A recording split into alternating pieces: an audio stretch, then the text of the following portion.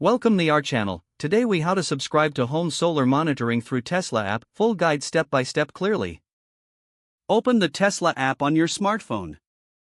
Log into your Tesla account if prompted. From the home screen, locate and select the Energy tab. Scroll down until you see the solar monitoring option. Tap on solar monitoring to access the settings. You will be presented with information about solar performance and monitoring services.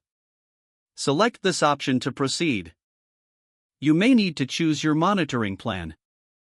Review the details of the available plans and their features. Once you've selected a plan, tap Continue to move forward. Provide any necessary payment information if required. Review the terms and conditions before agreeing. Confirm your subscription by tapping on the designated button. You should receive a confirmation message once the subscription is successful. Return to the Energy tab to view your solar monitoring dashboard. Monitor your solar energy performance through the app.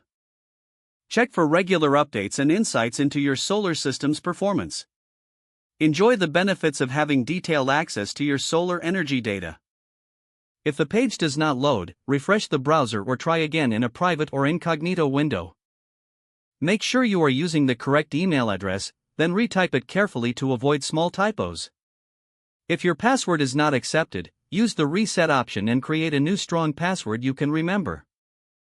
Check your spam folder for verification or security emails, then complete any requested confirmation steps. Enable two-factor authentication if available to improve account security and reduce unauthorized access risk. After signing in, review your profile details so your contact information and settings are accurate and current. If you see an error message, note it down and try again after restarting your device and internet connection. Log out when you finish, especially on shared devices, to keep your account and payment information secure. If the page does not load, refresh the browser or try again in a private or incognito window. Make sure you are using the correct email address, then retype it carefully to avoid small typos.